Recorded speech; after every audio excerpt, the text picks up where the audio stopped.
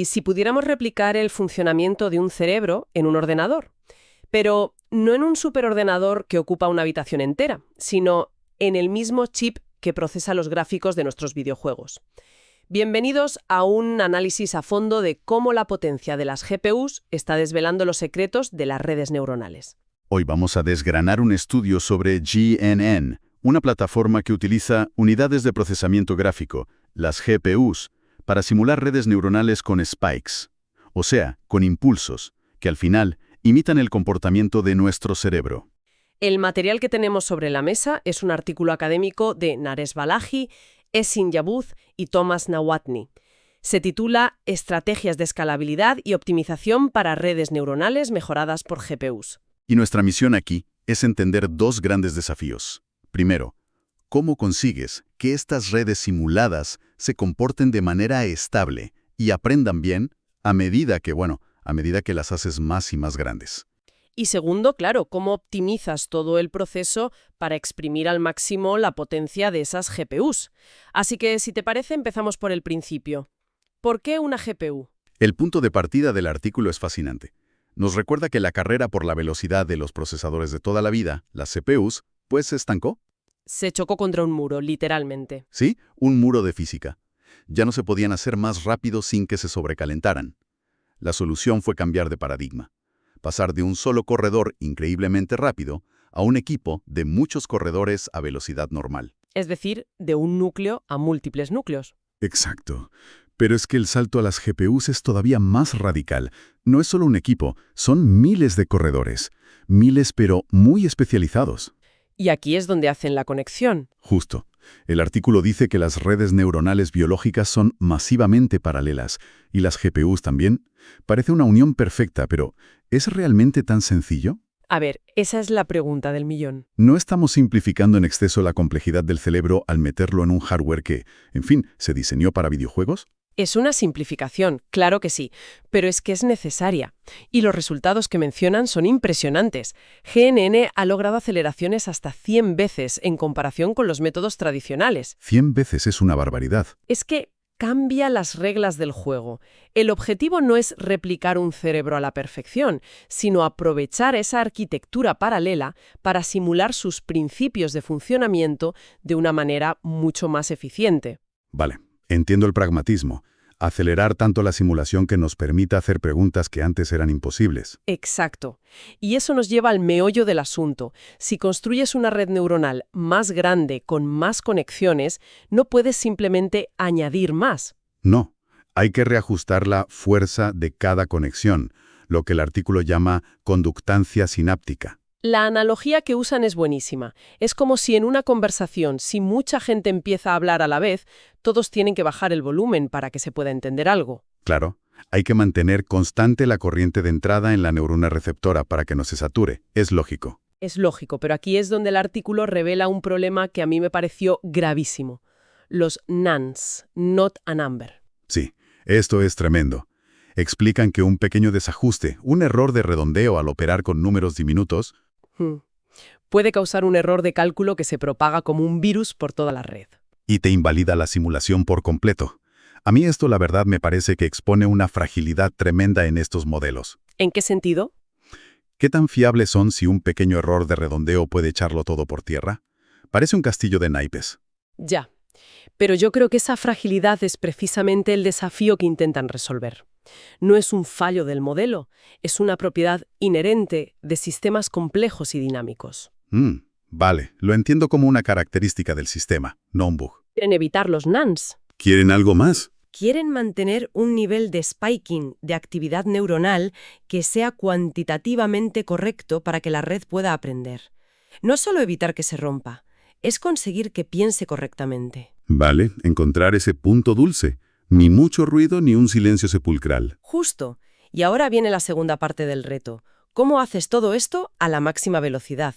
Y aquí entramos en las optimizaciones específicas para GPU. La primera que mencionan es la representación dispersa de la sinapsis. Que suena muy técnico. Pero la idea es sencilla.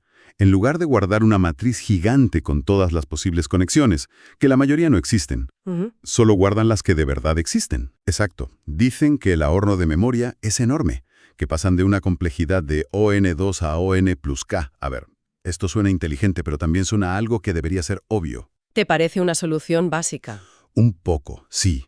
Para un problema tan complejo me parece una solución de primero de carrera de informática. Puede parecer básico, pero es fundamental. En la memoria, que es muy limitada en una GPU, la diferencia es abismal. Vale, concedo que es necesario. Es como tener un listín telefónico con todos los números posibles del país, aunque el 99% no sean de nadie, frente a tener una agenda solo con los números que existen. La analogía es buena. El segundo punto es más sutil. La determinación del tamaño de bloque basada en la ocupación. Sí, aquí el lenguaje ya se vuelve muy técnico. Warps, bloques, grids, ocupación. Vaya tela. Lo que yo entiendo es que se trata de organizar el trabajo en paquetes de un tamaño óptimo para que la GPU esté siempre ocupada al máximo, sin tiempos muertos. Exacto. Pero, de nuevo, ¿no es esto simplemente una cuestión de microgestión del hardware? ¿Siento que nos estamos alejando del problema biológico de entender el cerebro? Al contrario, es que es crucial. La latencia, el tiempo que se tarda en mover datos de la memoria, es el gran enemigo. El cuello de botella. Totalmente.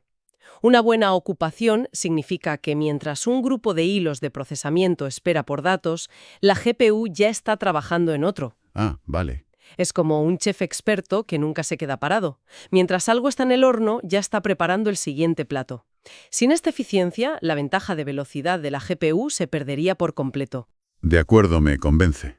La optimización no es un desvío, es una condición necesaria. Y ahora, la pregunta del millón. ¿Funcionó? Pasemos a los resultados. Pasemos a los resultados. Probaron sus métodos en dos modelos. El primero, el modelo de neuronas de Izhikevich. Fue un éxito rotundo. Sí, ahí encontraron una relación inversamente proporcional muy clara entre el número de conexiones y el factor de escala de la conductancia. La gráfica que muestran, la figura 2, es una curva suave, predecible. El modelo matemático encaja casi a la perfección, con un error mínimo. Un éxito casi sospechosamente perfecto. Bueno, pero luego pasaron a un modelo más complejo, el del sistema olfativo de un insecto. Y aquí los resultados son... Decepcionantes. Para mí, son decepcionantes. ¿Por qué tan duro? Porque las gráficas, las de la figura 3, son mucho más erráticas.